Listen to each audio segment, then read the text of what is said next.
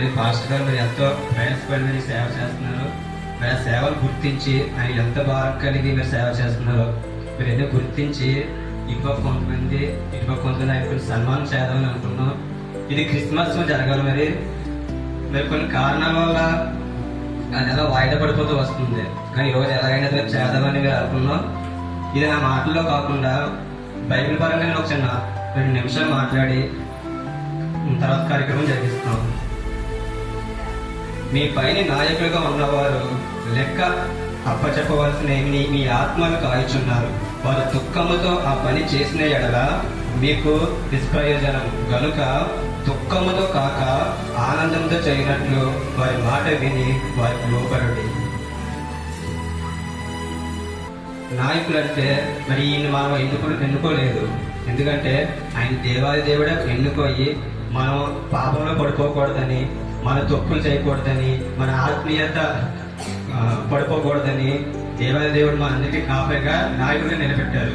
లోకంలో vote election జరుగుతూ ఉంటుంది. ఆయన్ని 5 సంవత్సరాలకు ఒకసారి మనం ఎన్నుకున్నాం, ఎమ్మెల్యేలు కానీ సీఎంలు కానీ. కానీ ఈయన మనం ఎన్నుకోలేదు. ఆయన దేవుడే ఎన్నుకోయి మనం పాపంలో పడిపోకూడదని దేవుడికి నిలబెట్టి ప్రతిరోజు ప్రతి వారం ఆత్మీయ ఆహారంతో మనల్ని బలపరుస్తున్నారు. మరి ఆ సేవ ఆయన దుఃఖంతో చేయకూడదు, సంతోషంగా చేయాలి. మనం చాలా మంది సాక్ష్యాలు చెప్తూ ఉంటాం. మనం నా కుమారుడు మారలేదు, నా భర్త మారలేదు, నా భార్య మారలేదని చెప్పి తెలుగు కూర్చుంటాం తప్ప వాళ్ళ గురించి మనం ఇద్దరు ఒకరించి ప్రార్థన చేస్తామో లేదో తెలియదు. కానీ ఇప్పుడున్న సేవకుడు మాత్రం ప్రతిరోజు కష్టమనక ఎంత బాధ వచ్చినా సరే ఆ కుటుంబం గురించి చేస్తారో లేదో తెలియదు. కానీ మనందరి గురించి ఆయన ఎంతో కన్నీరు కాచి ప్రార్థన చేస్తారు. ఈ రోజు నేను ఇక్కడ ఎలా ఉన్నానంటే మరి ఆయన ప్రార్థన కారణం. ఎందుకంటే నేను ఒక 5-6 నెలల కింద సంఘం మానేసాను. కొంతమంది చెప్పిన మాటల వల్ల నేను మానేసి లోకంలో కలిసిపోయాను. లోకంలో కలిసిపోయిన తర్వాత విగ్రహాలను కూడా నాకు పని అయిపోయాను. ఇంకా ఏ సంఘానికి వెళ్ళలేదు. ఇంకా మానేసిన తర్వాత ఆయన ఎంతో కొంచెం నమ్మకం కలిగి మోకరించి ప్రార్థన చేస్తూ ఉంటే ఆయన చూపిస్తున్నారు. ఆయన నా కోసం, నా కుటుంబం గురించి ఎంతో కన్నీరు కాచి ప్రార్థన చేస్తున్నారు. కానీ దర్శనం నాకు చూపించినారు. నా పరిస్థితి ఇట్లాగ అయిపోయిందని దేవుని అడిగినప్పుడు నా పరిస్థితి గురించి దేవుడు చూపించలేదు, నాకు ఈయన గురించి నాకు చూపించారు. ఎంతో కన్నీరు కాచి చర్చిలో మోకరించి ప్రార్థన చేస్తూ ఉంటే అప్పుడు అనుకున్నమాట, నా గురించి ఈయన ప్రార్థన చేయడం అంటే సంఘం మానేసాను. సంఘం మానేసిన తర్వాత మొత్తం అందరూ నన్ను విడిచిపెడతారు. మొత్తం ఎవరు సంఘస్థులు ఎవరు కూడా నాతో మాట్లాడేవారు కాదు. ఏదో ఒక శత్రువుని చూసినట్టుగా చూసేవారు. కానీ ఈ మాత్రం సేవకుడు మాత్రం ప్రతిరోజు నాకు ఫోన్ చేసేవారు. ఎక్కడ వచ్చి ఆత్మీయంగా బలపరిచేవారు. ఆయన చాలా అవమానించాను నేను. అయినా సరే అవన్నీ కూడా మనసులో పెట్టుకోకుండా ఎంతో ఆయన నా కోసం, నా కుటుంబం గురించి మరి ఇప్పటికి కూడా ఆయన ప్రార్థన చేస్తున్నారు నా కోసం, నా కుటుంబం గురించి. ఎందుకంటే ఒక 4 నెలల కిందట నేను చనిపోవాలి. ఈ నిందలు ఏంటి, అవమానాలు ఏంటి, నేను దేవుళ్ళో ఎంతో ప్రతిపరులుగా ఉండేవాడిని అని చెప్పి అనుకోయి ఇక నిందలు తట్టుకోలేక పాయిజన్ కూడా తీసుకుపోయి ఒక 2 నిమిషాల్లో నేను చనిపోతాను. మరి ఎలా మార్పు జరిగిందో నాకు తెలియదు. కానీ ఆ రోజు అయితే అంటే ఈయన వచ్చి నేను కలిసాను. ఇలా దర్శనం చూపించారండి, నేను పలానా లోకంలో కలిసిపోయాను, ఇలా నిందలు అవమానాలు పడ్డాయి.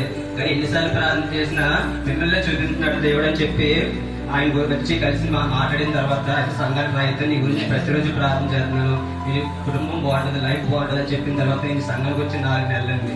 ఈ 4 నెలల్లో ఆయన వాక్యం విని ఎంత బలపడ్డానంటే అంత నేను బలపడ్డానండి. ఈ రోజు ఎలా చెప్తుందంటే నాకు అసలు ధైర్యం లేదు ఇలా చెప్పడానికి. ఎందుకంటే ఇలా నా జీవితం ఇలా అయిపోయింది.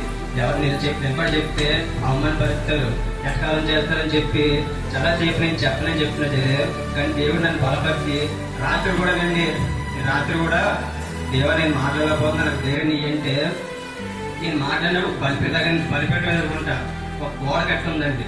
ఆ గోడ ఏంటంటే నువ్వు ఎవరేమనుకున్నా నీకు అనవసరం, నీకు అతి ధైర్యం చేస్తున్నాను, నువ్వు మాట్లాడు, నీ సేవకుడికి నీకు వచ్చిన చేసిన అద్భుత కార్యాలు, నీ గురించి ఆయన ఎంత ప్రార్థన చేస్తున్నాడో ఇవన్నీ చెప్పమని చెప్పి నాకు దేవుడు రాత్రి బయలుపరుస్తాడండి.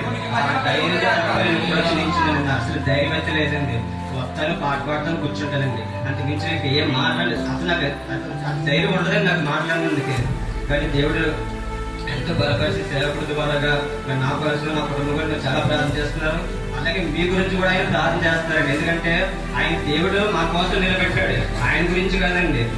ఈ ఓట్లను సీఎంలు ఎమ్మెల్యేలు 5 సంవత్సరాల సార్ దిగిపోతారు.